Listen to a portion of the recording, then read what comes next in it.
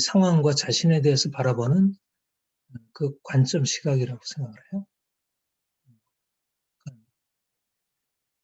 우리가 각 사람들마다 주어진 상황을 볼 때 각자 자신의 그런 고유한 생각들이 있는데, 근데 이제 우리에게 있어서는 우리 자신을 누군가로 평가하는 데 있어서 그러니까 주님이 우리 인생 안에 들어오셔서 행하시는 것으로 우리 자신을 보게 되는, 그러니까 내가 나를 인식해 오던 것, 과거서부터 지금까지 나를 이제 알고 인식해 오던 것과 주님이 우리를 바라보시고 너는 누구다 이렇게 말씀하시는 게 같지가 않은 거예요. 그러니까 우리 인생이 정말 이렇게 근본적으로 바뀌어질 수 있는 그 토대가 무엇일까? 그것은 하나님이 우리에게 오셔서 말씀하시고 우리에게 들려주시는 음성 듣고 우리가 그런 방식으로 우리 자신을 바라보기 시작하는 것. 그것은 오늘 말씀에 그렇게 얘기하잖아요. 9절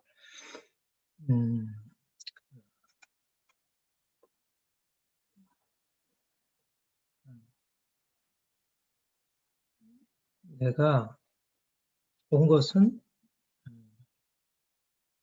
이르시되 건강한 자에게는 의원이 쓸데없고 병든 자에게는 쓸데있느니라. 그러니까 이 말씀은 우리가 병든 자라 이렇게 말씀하고 있는 것으로 여겨져요. 너희는 병든 자다. 그리고 내가 병든 자인 너를 위해서 왔다. 그런데 사실은 역설적으로 이 말씀은 너희가 병든 자가 아니라는 말씀입니다. 그러니까 주님이 찾으시는 분이 병든 자를 찾으시는데 사실상 병든 자가 주님이 찾으심으로 인해서 더 이상 병든 자가 아니다. 저는 우리 각 사람들이 이 두 가지 정체성, 내가 병든 자라고 하는 것과 나는 병들지 않았다는 것. 이 두 가지가 둘 다 굉장히 중요한 자기 인식이라고 하죠. 나는 병든 자이구나 라는 것과 나는 병든 자가 아니라는 것과.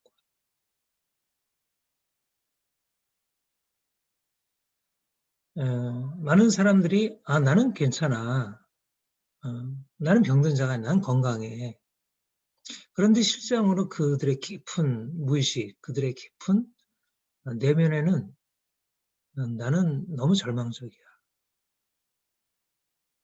그러니까 겉으로는 자기가 건강하고 자기가 괜찮은 사람이라고 생각하는데 깊은 내면 안에 무의식으로는 나는 너무 인생이 우울하고 병들었어. 사람들에게 그러니까 겉으로 드러나는 것과 사실은 그 내면에 정말 내면에 자기 스스로만 인식할 수 있는 어떤 깊은 것이 다르다는 것이죠. 그런데 우리가 주님을 이제 만나서 알아가게 되면서 인식하게 되는 것은 야, 내가 정말 병든 자이구나. 그런데 그런 인식과 함께 내가 이제 더 이상 병든 자가 아니구나. 나는 이제까지 병든 자로 살아왔지만 내 인생은 진짜 이제는 새로운 삶이 주어져. 왜? 의사가 내게 찾아왔어요. 나는 그냥 병든 자가 아니라 의사와 함께하는 병든 자예요. 그가 내 병을 아시고 그가 내 병을 고치실 것이 전제가 되면 아직은 병든 자로, 아직은 병자로서 완전히 자유롭지 못하다 할지라도 그 병은 나을 병이고 더 이상 절망이 아니고 그 병이 치유되는 그 과정이 약속되어 있는 병이라는 거죠. 이게 바로 우리가 주님을 만나게 되는 중요한 인식의 전환이라고 생각해요. 내가 병든 자라고 하는 인식을 깨닫는 것과 함께 내가 병든 자가 아니구나. 주님이 나를 사랑하시고 그의 긍휼을 나타내신 것입니다. 그가 내가 긍휼을 원하고 제사를 원하지 않아요. 나는 의인을 부르는 것이 아니라 죄인을 부르는. 그러니까 우리가 병든 자였는데 그냥 병든 자가 아니라 긍휼이 풍성하신 주님이 그 의사, 그 좋은 의사가 우리의 병을 치료하시기를 작정하셨고 그가 우리 인생 안에 행하시고 있다. 그러니까 그 이전에는 뭔가 현실이 이러저러하게 잘 안 풀리고 너무 절망적이라고 여기지던 그런 인생 속에서 이제 그 자신 안에 있는 절망을 감추어 살고 있다면 이제는 정말 희망, 우리 병을 치유하실 주님, 그 자유함, 그 변화의 어떤 새로운 미래, 이런 것을 향해서 나아갈 수 있다는 게 얼마나 놀라운 것인지 생각을 합니다. 그런데 우리가 이제 이런 새로운 정체성을 가지고 살아가는 데 있어서 중요한 것은 다른 이의 공격들에 대처하는 것이 중요하다는 거죠. 왜냐하면 우리가 주님을 알고 주님께 나아가서 너는 더 이상 죄인이 아니야. 너는 더 이상 병든 자가 아니야. 너의 모든 죄를 내가 담당하고 너의 모든 병들면 내가 고칠 거야. 우리가 주님께 나아가면 그런 새로운 정체성에 대해서 듣게 되지만 그러나 현실에 나가게 되면 수많은 사람들이 너는 죄인이야. 너는 비정상이야. 너는 자격이 없어. 끊임없이 이전에 우리가 가지고 있었던 우리의 정체성에 따라서 비난하고 정죄하고 공격을 하는 것입니다. 또 거기에 오랫동안 이제 길들여져 있었기 때문에 그 공격이 우리 안에 통하게 되고. 그런데 그 중요한 것은 뭐냐면 이 공격에 대처하는 것이죠. 그러니까 우리가 새로운 정체성으로 살아가는 데서 필요한 것은 이게 이제 보이는 어떤 외적인 그 증거가 굉장히 약하잖아요. 내가 죄인이 아니라는데, 나는 더 이상 병든 자가 아니라는데, 여전히 현실 속에서 너무 병든 모습이 많고, 여전히 사람들 앞에 이제 문제로 가득 차 있는 자신을 보게 되는 거죠. 그런데 우리가 주님을 통해서 우리 자신을 주님의 긍휼, 그가 죄인된 나를 부르러 오셨다는 그분의 이미 우리에게 행하신 일들, 그리고 그분은 앞으로 행하실 일들, 그런 그러니까 주님과의 관계성 속에서 자신을 보는 거죠. 다른 사람이 너는 죄인이야, 너는 병든 자야 라고 하는 그런 공격에 대항해서. 그래서 이제 그분의 사랑 안에서 내가 변화되고 사람들이 알고 있는 내가 아니라는 거. 거기에 대해서 방어를 하는 게 너무나 중요하다고 생각합니다. 그리고 또 사실은 이제 사람들과 관계 속에서 이제 나를 방어하는 것 이상으로 중요한 건 뭐냐면 사람들이 공격하지 않아도 이미 우리 안에 내면화된 부정적인 자기의 정체성이 있어. 우리가 그 초자라고 해요, 초자. 그러니까 누가 나를 공격하지 않아도 나는 죄인이야. 나는 병든 자야. 나는 정상이 아니야. 나는 열등해. 나는 자격이 없어. 라는 끊임없는 그것을 입증하고 그거를 우리에게 끊임없이 확증하는 그런 내면의 논리들, 목소리들이 계속 있는 거예요. 너무 견고하게. 어떤 약간의 어떤 계기만 주어지면 우리의 내면 안에 우리의 삶을 바꾸려고 하는 시도들에 대해서 끊임없이 그런 공격이 주어지는 것입니다. 그러니까 어떻게 보면 외부의 다른 사람의 비난보다 더 두려운 것은 내면의 이 초자의 음성이 너무 두려워요. 그게 사실은 거스르고 나가기 어려워요. 이 부정적인 그 마틴 셀리그만이 그 학습된 비관성이다 그런 얘기를 했죠. 학습된 무력감.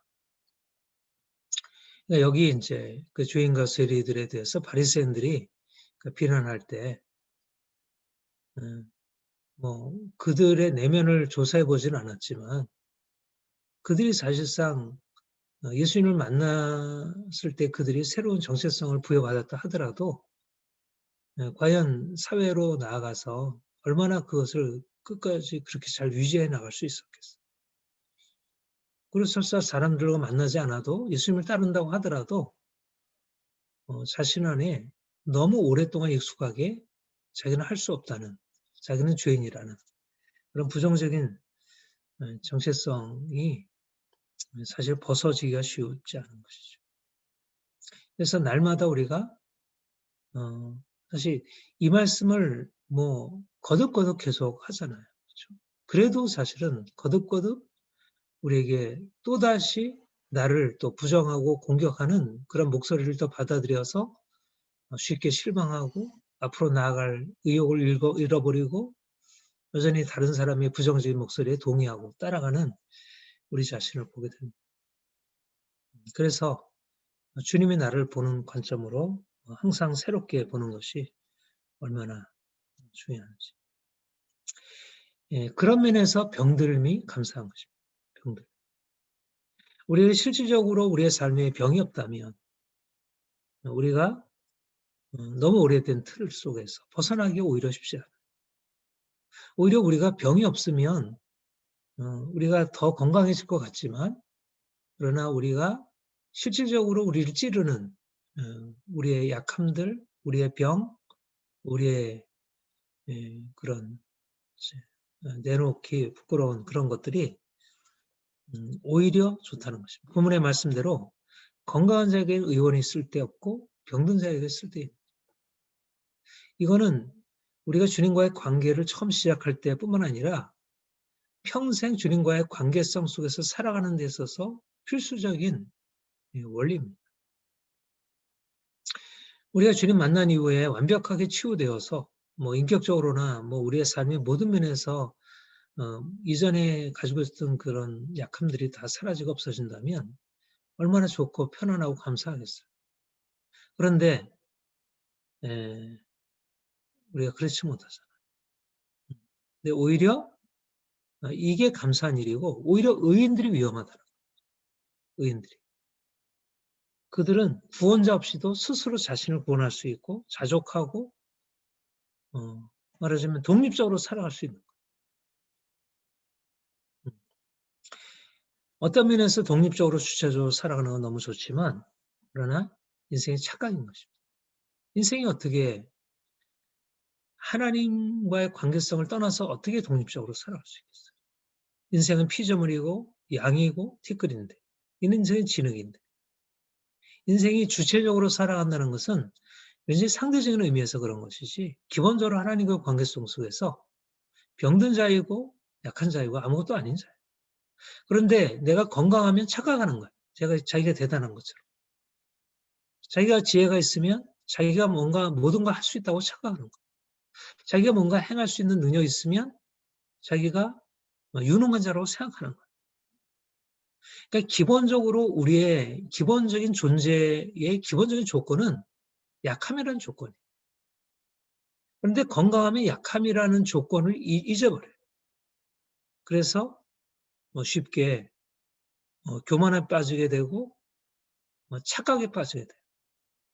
오늘날 불행한 것은 사실상 약함이 불행을 초래하기보다 너무나 많은 스스로 강하다고 하는 착각 속에 사는 사람들이 세상을 불행하게 만들고 있어요. 정치인들, 수많은 종교인들. 소크라테스가 얘기한 대로 무지의 지, 자기의 약함을 인식하는 것이야말로 지혜의 첫 번째 근원이에요. 겸손은 지혜에 이르는 첩경이에요. 근데 약함이 없으면 사실 인생이 교만으로부터 자유로울 수가 없어요. 환상으로부터 벗어날 수가 없어요. 뿌리 깊은 교만의 뿌리가 있어요. 그러니까 정말 감사할 수 있는 게 뭐냐면 약할 수 있다는 게 감사해요. 약함을 의식할 수 있다는 게 감사해요. 우리는 스스로 생각할 때 나의 이 오래된 사실 우리가 다 함께 고백하지만 너무 오랜 어떤 상처와 약함들을 가지고 있어요.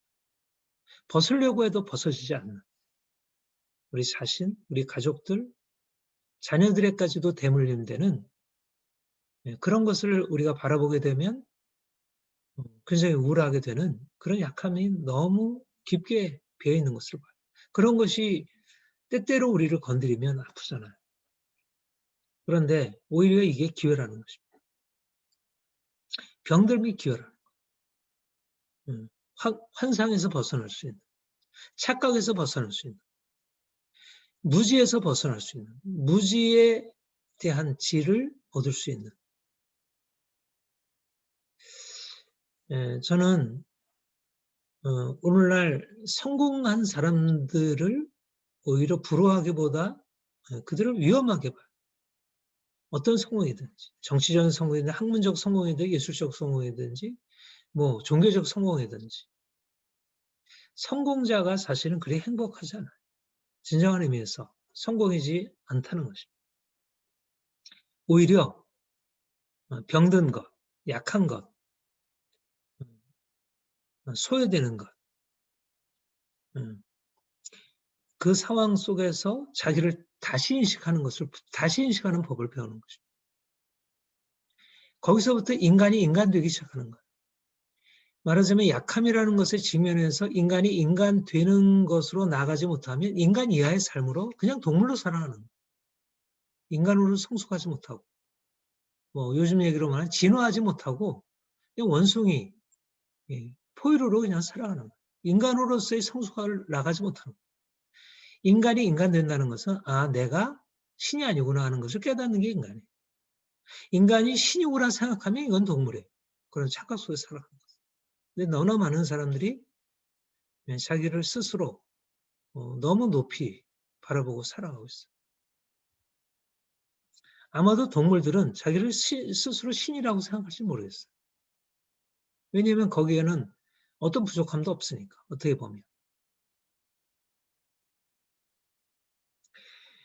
그래서 우리는 주님과의 만남을 통해서 일어나는 근본적인 변화가 인생의 불행과 고통, 이것은 인생의 없애버려야 할 어떤 악조건이 아니라 오히려 이것은 인생의 좋은 활용의 기회구나.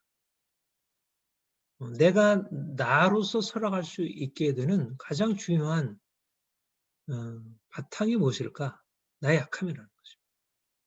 병듦이라는 것입니다. 우리가 어떻게 주님을 만날 수 있을까? 건강한 자에게는 의원이 쓸데없고 병든 자에게 쓸데있느니라. 병들어야 된다. 항상 병들어 있어야 한다.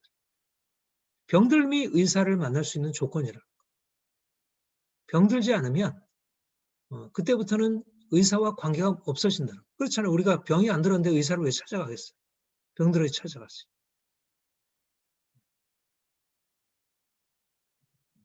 내가 주님을 찾아야 할 이유가 있는 사람이 주님을 찾는 것입니다.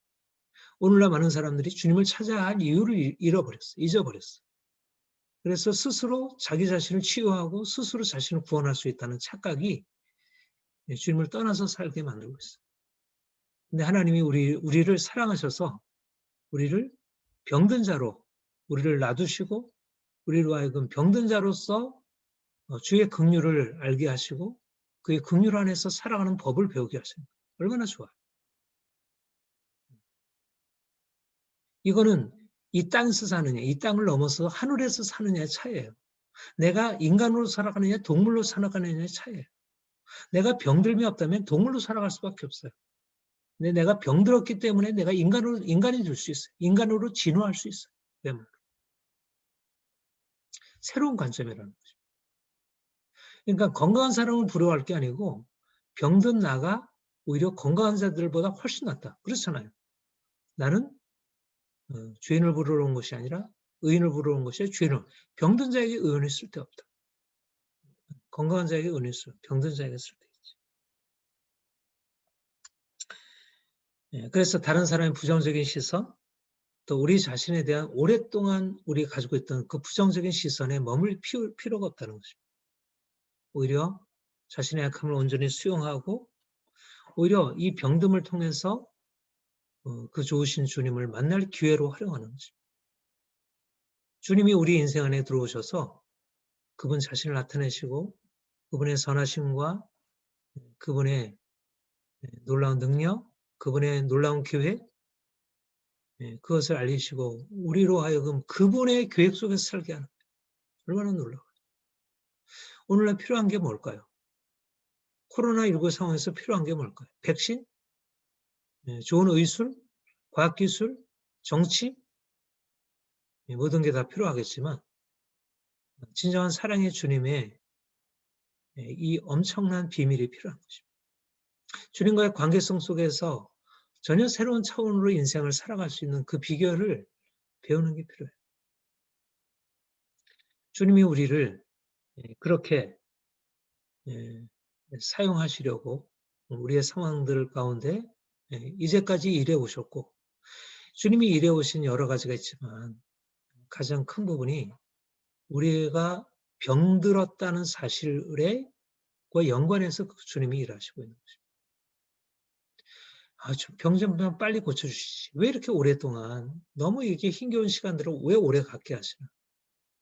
충분한 이유가 있고 우리가 생각하는 것보다 훨씬 더 놀라운 계획이 거기에 그 비밀이 감춰져 있다. 그래서 올 한 해 돌아보면서 사도 바울이 고린도후서 12장에 말씀한 것처럼 약함에 감사하게 됩니다. 우리의 약함에 대해서 하나님 베푸신 은혜에 대해서도 감사하지만 여전히 약한 우리 자신의 모습, 우리의 상황들 그런 것에 대해서 감사하게 됩니다. 그리고 우리 자신과 우리의 상황들을 더 온전하게 있는 그대로 수용할 수 있음을 보게 됩니다.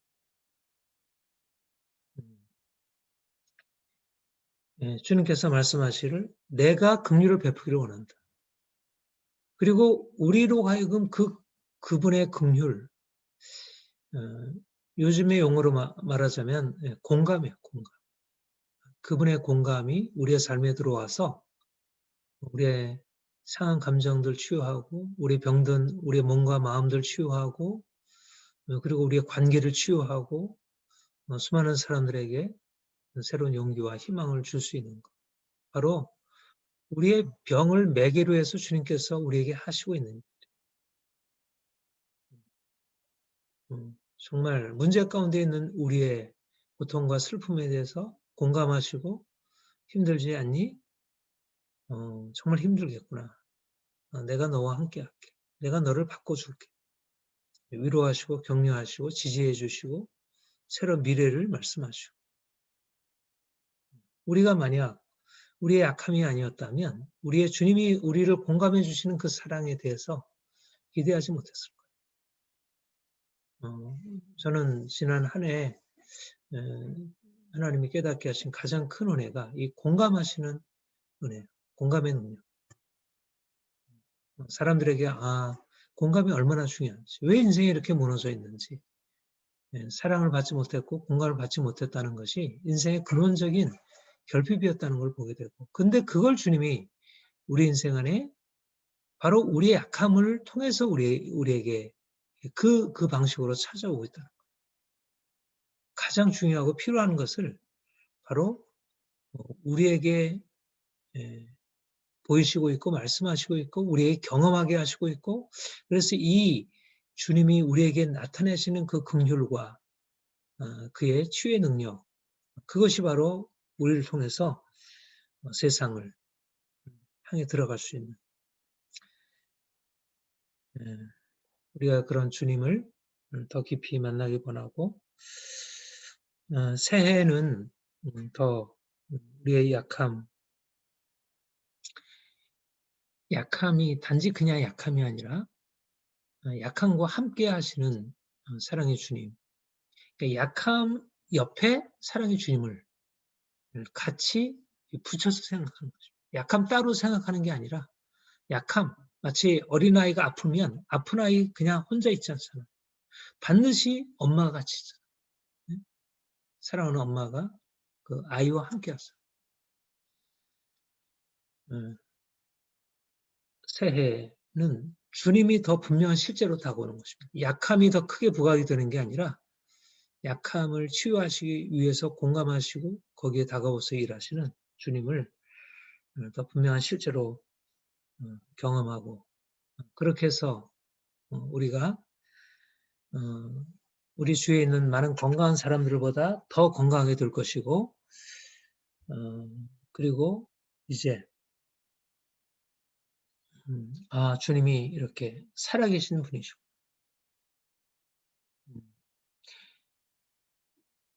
그러니까 주님이 오시지 않았을 때, 주님이 우리 인생 안에 그분 자신의 사랑과 공감을 나타내지 않으실 때, 우리가 상대적으로 다른 사람보다 훨씬 열등하고 부족해 보였는데, 주님이 우리의 인생 안에 들어오셔서 완전히 역정이 되는 거죠. 주님이 우리에게 행하신 놀라운 일들이 바로 우리의 삶에 구체적으로 하나씩 하나씩 나타나서, 정말 너무나 놀랍다.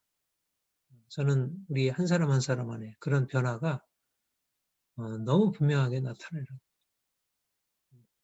어떤 주변에 있는 사람들과 비교할 수 없게. 이제는 비교 당하면서 소외당하고 평가당하는 존재가 아니라 오히려 다른 사람에게 평가 기준이 되는, 저렇게 돼야지.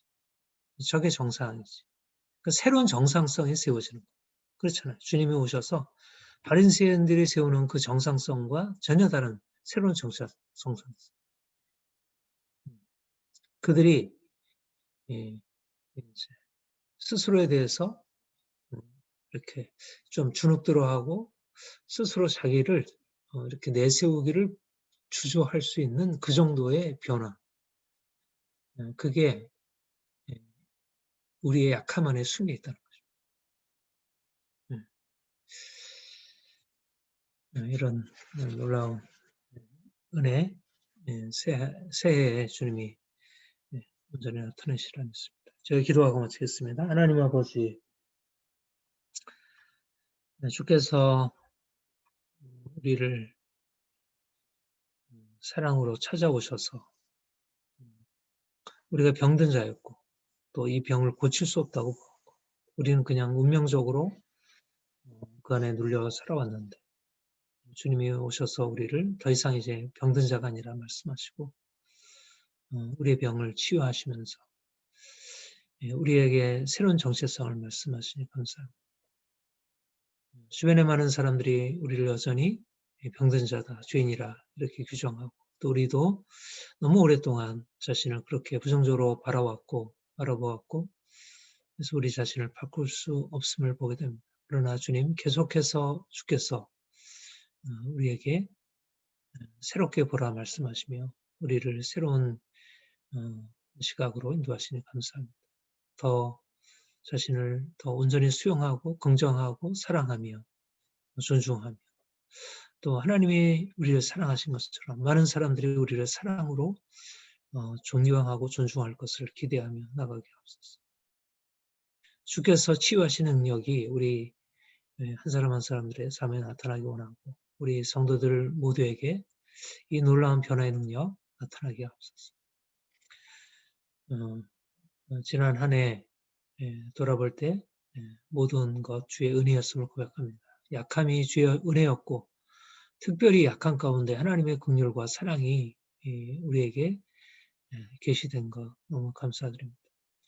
주님, 이제 새해를 맞이하면서 이제 주님의 그 생명의 능력이 약한 자를 치유하셔서 강한 자로 만드시고 병든 자 치료하셔서 어떤 사람들보다 더 건강하고 활력 있는 인생을 살게 하시는 주님의 그 놀라운 능력이 경험되게 하옵소서. 이제 새해가 기쁨과 감사와 능력으로 넘쳐나는, 그래서 많은 고통당하는 이웃들에게 다가가서 주님의 생명을 전해주고 사랑으로 사람들을 살리는 역사 있게 하옵소서.